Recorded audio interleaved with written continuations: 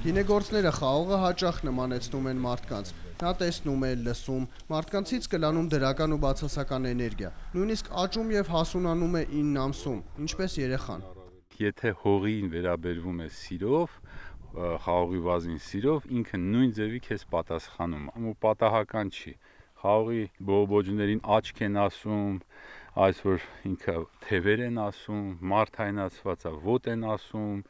այս որ բռնում է ինքը բարձրանում է, բեղիկներ են ասում։ Աղավնաձորի այս այգիներում շուրջ 8 տարի է օրգանական խաղող է աճում։ Օգտագործում են բնական պարարտանյութեր, նոր տեխնոլոգիաներով վերացնում են մոլախոտը եւ հողի տվածը վերադարձնում են հողին։ Օրինակ նույն արքադը շատ լավ գիտեք, որ հնուտ կիրառումը ավելի շատ խորովածի համար կամ ուղղակի վառում են գյուղացիները, որ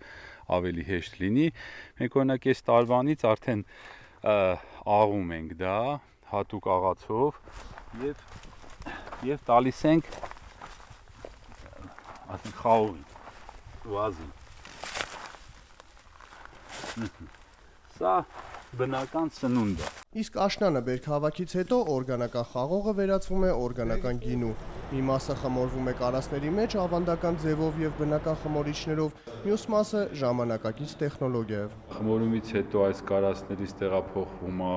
ուրիշ կարասներ ձմեռելու համար, որոշ քանակությամբ խաղողի հատիկներով, որի այդ ընթացքում բավականին հետաքրքիր հատկություններ է ձեռք բերում։ Այգում աճող 6 տեսակի խաղողից 4-ը եվրոպական է, սակայն խաղողագործը վստահ է, խաղողի հայրենիքը Հայաստանն է եւ նրա համար դա ոչ թե եվրոպական, այլ սփյուռքահայ խաղող է։ Գինիների անուններն էլ խորհրդանշական են։ 6100-ը նվիրված է Արենի 1 կոչվող քարանձավին, որը համարվում է աշխարհի հնագույն գինու գործարանը։ Մյուս երկուսն էլ պակաս հետաքրքիր անուններ չեն՝ Ջազ եւ Էհ։